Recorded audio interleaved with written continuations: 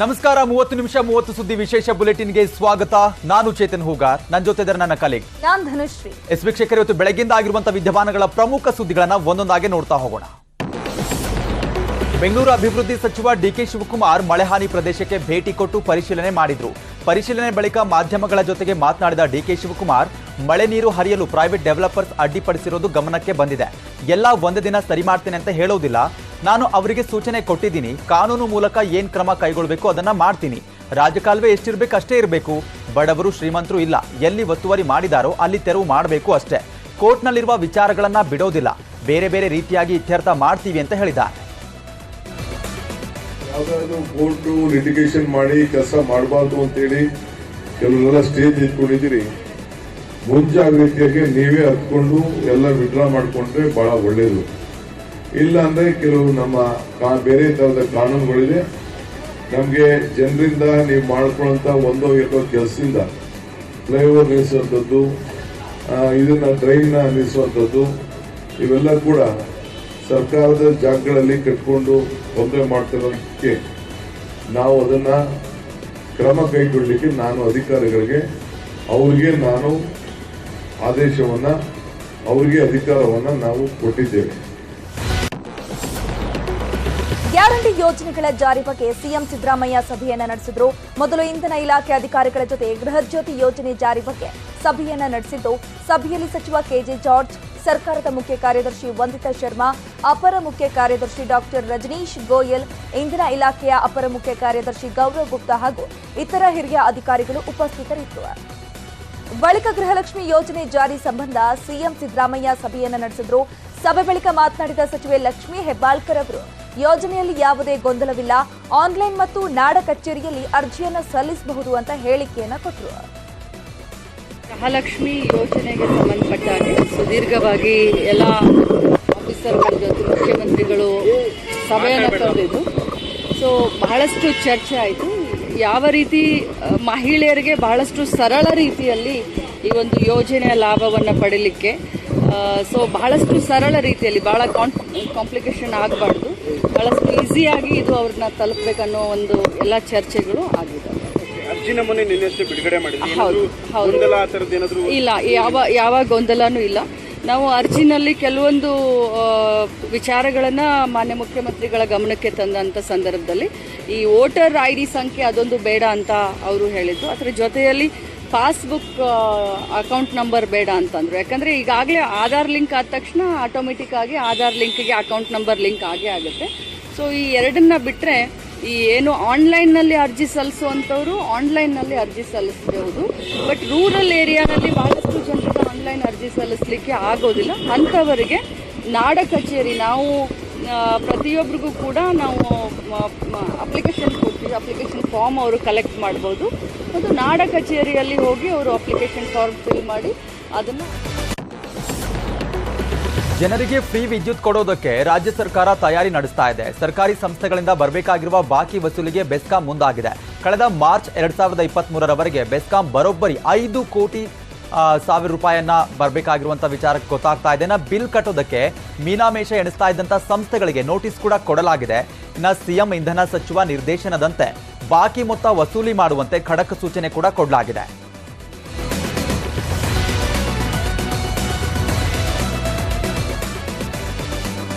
ರಾಜ್ಯ ಸರ್ಕಾರ ಗ್ಯಾರಂಟಿ ಯೋಜನೆಗಳ ಜಾರಿ ಹಿನ್ನೆಲೆಯಲ್ಲಿ ಮೈಸೂರಿನ ಆಧಾರ್ ಕೇಂದ್ರಗಳಲ್ಲಿ ಭಾರಿ ಜನಜಂಗುಳಿ ಉಂಟಾಗಿದೆ. ಆಧಾರ್ ಕಾರ್ಡ್ ಅಪ್ಡೇಟ್ ಮಾಡಿಸೋದಕ್ಕೆ ಜನರು ಮುಂದಾಗಿದ್ದಾರೆ.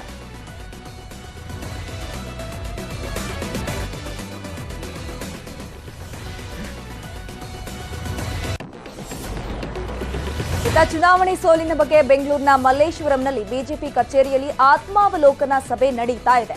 ಸಭೆಗೆ ಬಿಜೆಪಿ ನಾಯಕರು, ಶಾಸಕರು, ಪರಾಜಿತ ಅಭ್ಯರ್ಥಿಗಳು ಭಾಗಿಯಾಗಿದ್ದಾರೆ. ಇನ್ನು ಸಭೆಯಲ್ಲಿ ಮಾಜಿ ಸಿಎಂ ಬಸವರಾಜ ಬೊಮ್ಮಾಯಿ, ಶಾಸಕ ಸಿಸಿ ಪಾಟೀಲ್, ಆರ್ ಅಶೋಕ್, ಗುರುರಾಜ್ ಗಂಟಿಹೊಳೆ, ಪರಾಜಿತ ಅಭ್ಯರ್ಥಿ ಶಿವರಾಜ್ ಸಜ್ಜನವರು ಸೇರಿ ಹಲವರು ಭಾಗಿಯಾಗಿದ್ದಾರೆ.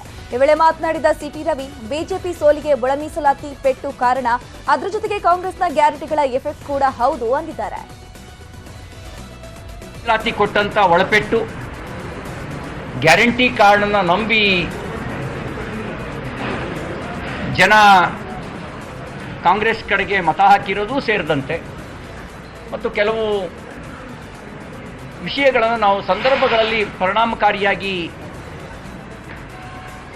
ಎದುರಿಸ್ತಾ ಇದ್ದಿದ್ದರಿಂದ ಒಂದು ನೆಗೆಟಿವ್ ನೆರೇಟಿವ್ ಸೆಟ್ ಆಗಿದ್ದು ಕೂಡ ಸೋಲಿಗೆ ಕಾರಣ ಅಂತಕ್ಕಂಥ ಒಂದು ಅಭಿಪ್ರಾಯ ವ್ಯಕ್ತ ಆಗಿದೆ. ಇನ್ನು ಇವತ್ತು ಆಯೋಜಿಸಿದ್ದ ಬಿಜೆಪಿ ಕೋರ್ ಕಮಿಟಿ ಸಭೆ ರದ್ದಾಗಿದೆ. ಇವತ್ತು ಸಂಜೆ 6:30ಕ್ಕೆ ನಿಗದಿಯಾಗಿದ್ದ ಕೋರ್ ಕಮಿಟಿ ಸಭೆಯನ್ನ ಮುಂದಿನ ವಾರಕ್ಕೆ ಮುಂದೂಡಲಾಗಿದೆ.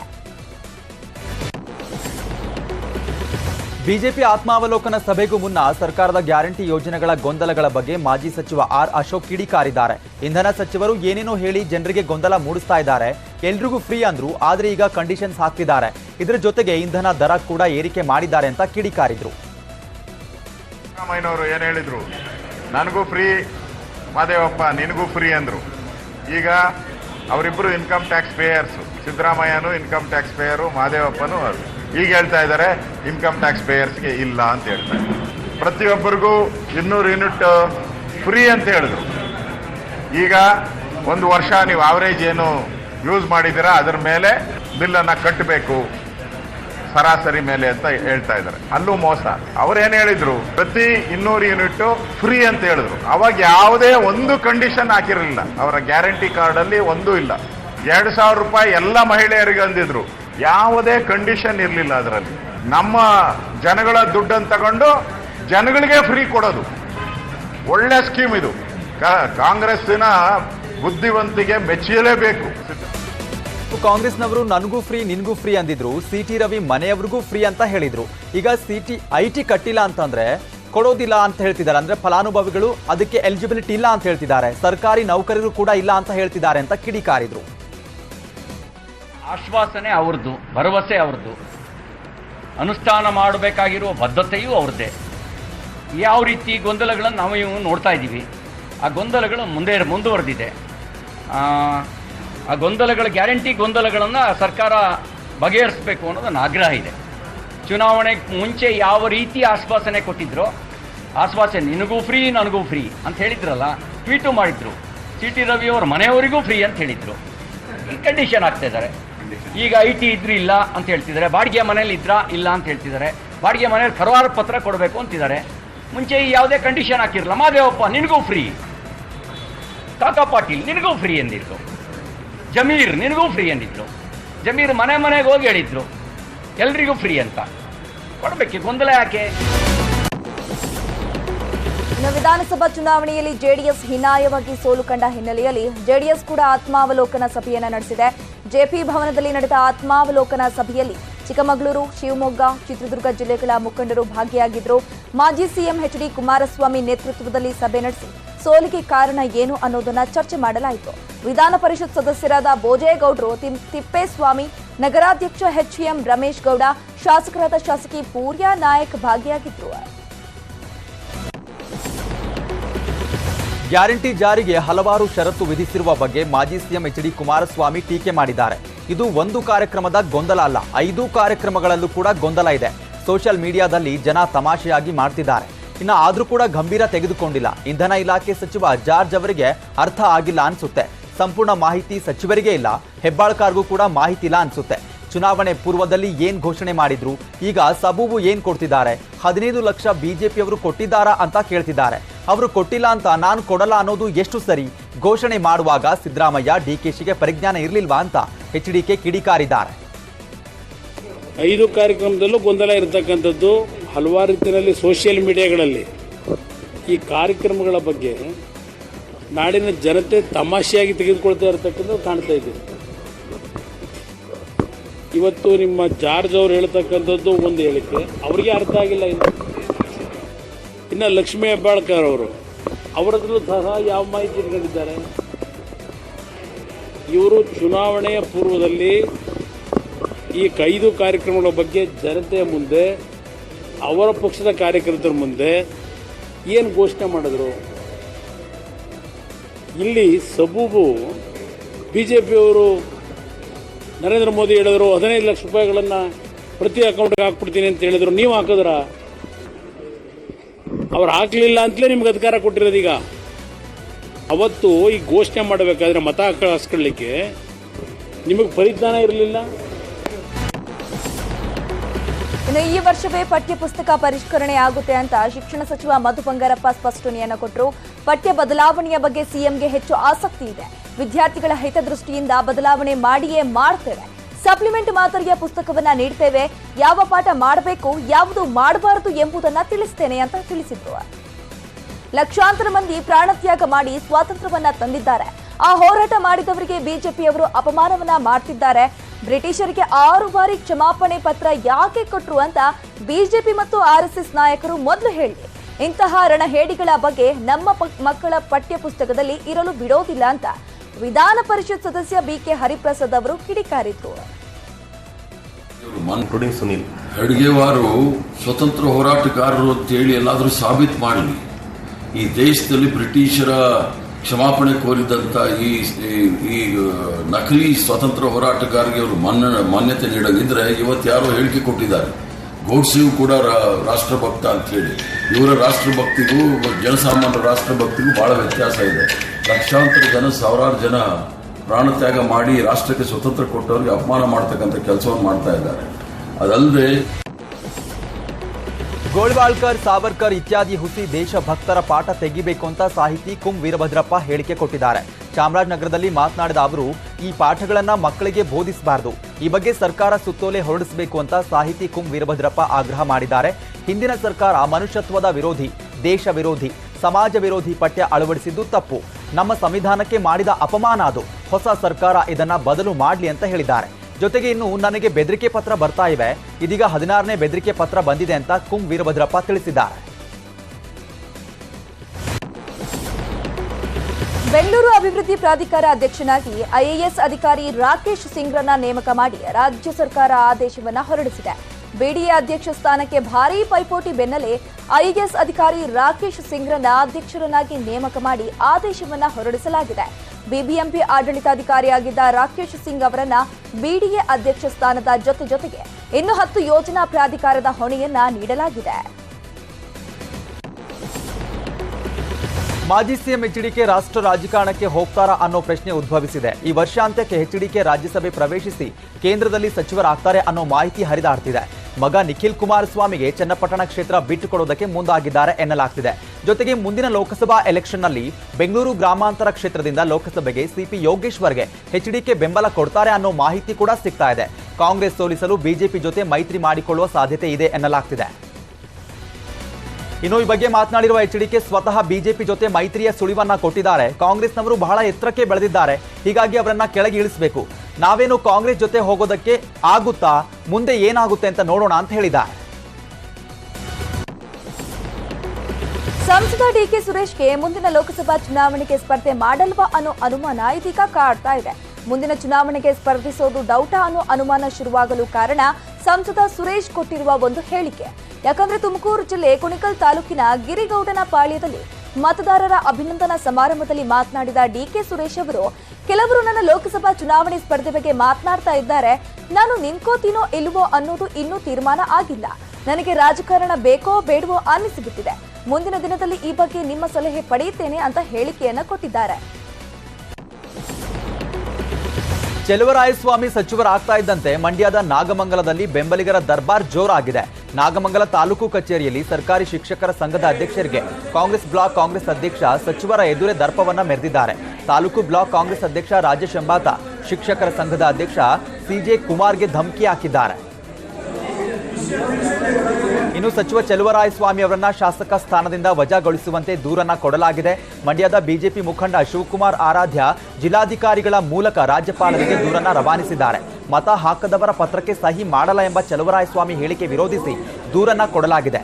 ಈ ಕೂಡಲೇ ಸಚಿವ ಸ್ಥಾನ ಹಾಗೂ ಶಾಸಕ ಸ್ಥಾನ ರದ್ದುಗೊಳಿಸುವಂತೆ ಮನವಿ ಮಾಡಿಕೊಳ್ಳಲಾಗಿದೆ. ಇನ್ನು ಕಲುಷಿತ ನೀರಿಗೆ ಕೊಪ್ಪಳದಲ್ಲಿ 3ನೇ ಬಲಿಯಾಗಿದೆ. ಕೊಪ್ಪಳದ ಬಿಜಕಲ್ ಗ್ರಾಮದಲ್ಲಿ 10 ವರ್ಷದ ಬಾಲಕಿ ಸಾವನ್ನಪ್ಪಿದ್ದಾಳೆ. ವಾಂತಿ ಭೇದಿಯಿಂದ ಬಳಲ್ತಾ ಇದ್ದ ಕುಷ್ಟಗಿ ತಾಲೂಕಿನ ಬಿಜಕಲ್ ಗ್ರಾಮದ ನಿರ್ಮಲಾ ಈರಪ್ಪ ಬೆಳಗಲ್ ಎಂಬ ಬಾಲಕಿ ಕೊನೆಯುಸಿರೆಳೆದಿದ್ದಾಳೆ. ಬುಧವಾರ ರಾತ್ರಿ ತೀವ್ರ ವಾಂತಿ ಭೇದಿ ಕಾಣಿಸಿಕೊಂಡಿತ್ತು.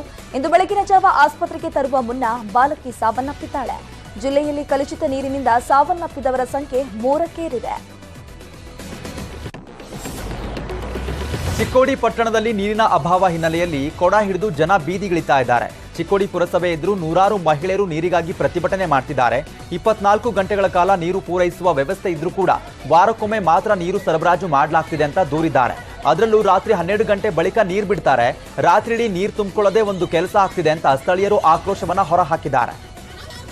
ಅತ್ತ ಮಂಗಳೂರಿನಲ್ಲಿ 31 ವರ್ಷದ ಬಳಿಕ ಜಲಕ್ಷಾಮ ಬಂದಿದೆ. ಕಟೀಲು ದೇವಸ್ಥಾನದಲ್ಲಿ ನೀರಿಲ್ಲ. ಇನ್ನು ಜನವರಿಯಲ್ಲೇ ನಂದಿನಿ ನದಿ ನೀರಿನ ಹರಿವು ನಿಂತಿದೆ. ಈ ಬಾರಿ ತುಂಬಾ ನೀರಿನ ಸಮಸ್ಯೆನ ಎದುರಿಸಬೇಕಾಗ್ತಾ ಇದೆ. ದೇವಸ್ಥಾನದ ಒಳಗೆ ಹೋಗೋದಕ್ಕೆ ಸಾಧ್ಯವಿಲ್ಲ. ಕ್ಷೇತ್ರದ ಶಾಲಾ ಕಾಲೇಜುಗಳಿಗೆ ಬಿಸಿಯೂಟವನ್ನ ನಿಲ್ಲಿಸುವಂತಾಗಿದೆ.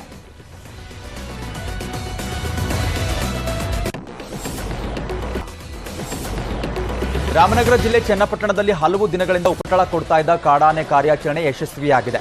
ರಾಮನಗರ ಚನ್ನಪಟ್ಟಣ ಮಧ್ಯೆ ಅರಣ್ಯ ಇಲಾಖೆ ಸಿಬ್ಬಂದಿ 40 ರಿಂದ 45 ವರ್ಷದ ಗಂಡಾನೆಗೆ ಅರವಳಿಕೆ ಮದ್ದನ್ನ ಕೊಟ್ಟು ಸೆರೆ ಹಿಡಿದಿದ್ದಾರೆ. ಚನ್ನಪಟ್ಟಣದ ಅರಳಾಳು ಸಂದ್ರ ಗ್ರಾಮದ ಬಳಿ ಕಾಡಾನೆ ಸೆರೆ ಹಿಡಿಯಲಾಗಿದೆ. ಸೆರೆ ಹಿಡಿಯುವ ಸಂದರ್ಭದಲ್ಲಿ ಕೋಪಗೊಂಡ ಆನೆ ಸೊಂಡಲಿನಿಂದ ಜೆಸಿಬಿ ಮೇಲೆ ದಾಳಿಗೆ ಮುಂದಾಗಿದ್ದು ದಂತ ಮುರಿದಿದೆ. ಅಭಿಮನ್ಯುವಿನ ಸಹಕಾರದೊಂದಿಗೆ ಈ ಕಾಡಾನೆ ಕಾರ್ಯಾಚರಣೆ ಮಾಡಲಾಗಿದೆ ಎಂದು ತಿಳಿಸಿದ್ದಾರೆ.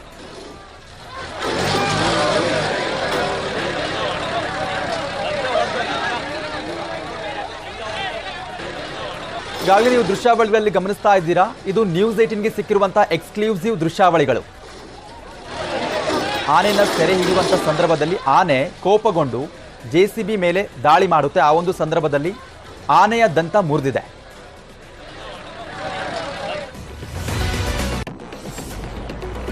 ಅತ್ತ ಚಾಮರಾಜನಗರದಲ್ಲಿ ಕಾಡಿನೊಳಗೆ ಹೋಗಿದ್ದ ವ್ಯಕ್ತಿಯನ್ನ ಕಾಡಾನೆ ಅಟ್ಟಾಡಿಸಿಕೊಂಡು ಬಂದಿದೆ.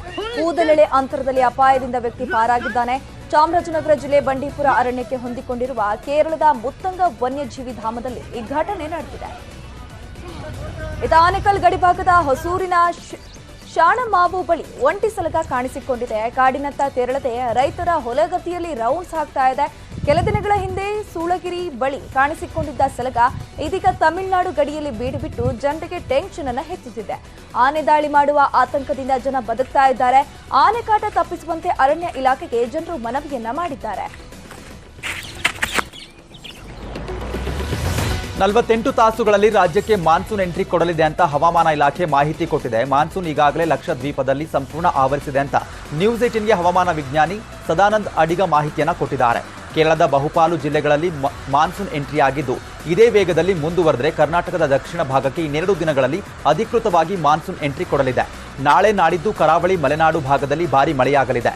ಇನ್ನು ಬೆಂಗಳೂರಲ್ಲೂ ಕೂಡ ಮುಂದಿನ 5 ದಿನಗಳ ಕಾಲ ಗುಡುಗು ಸಹಿತ ಮಳೆ ಆಗಲಿದೆ ಅಂತ ಎಚ್ಚರಿಕೆಯನ್ನು ಕೊಟ್ಟಿದ್ದಾರೆ.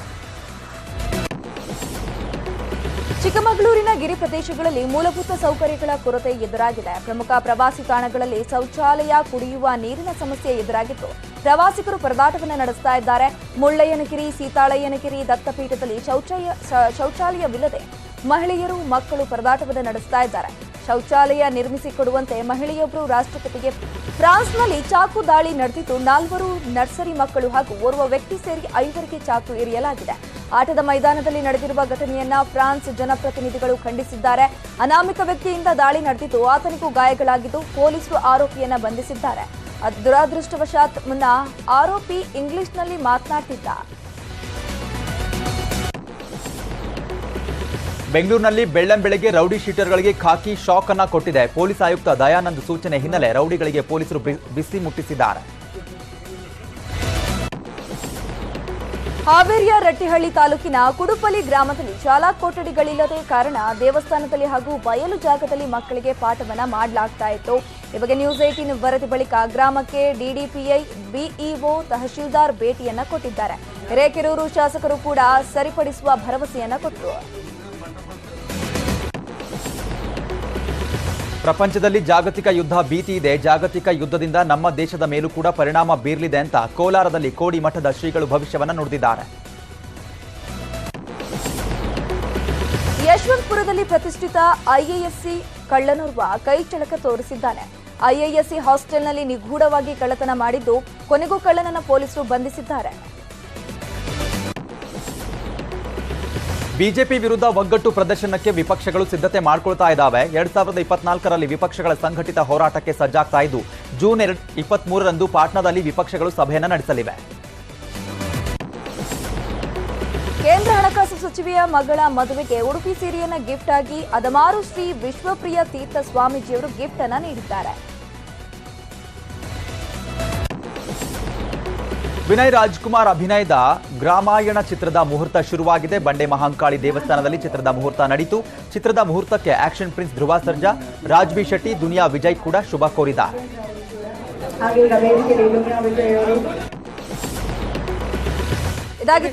ಇದಾಗಿತ್ತು ಈ ಕ್ಷಣದ 30 ನಿಮಿಷ 30 ಸುದ್ದಿ. ನೋಡ್ತಾ ಇರಿ ನ್ಯೂಸ್ 18 ಕನ್ನಡ. ಜಾಲ ನಮ್ಮದು, ಬಲ ನಿಮ್ಮದು.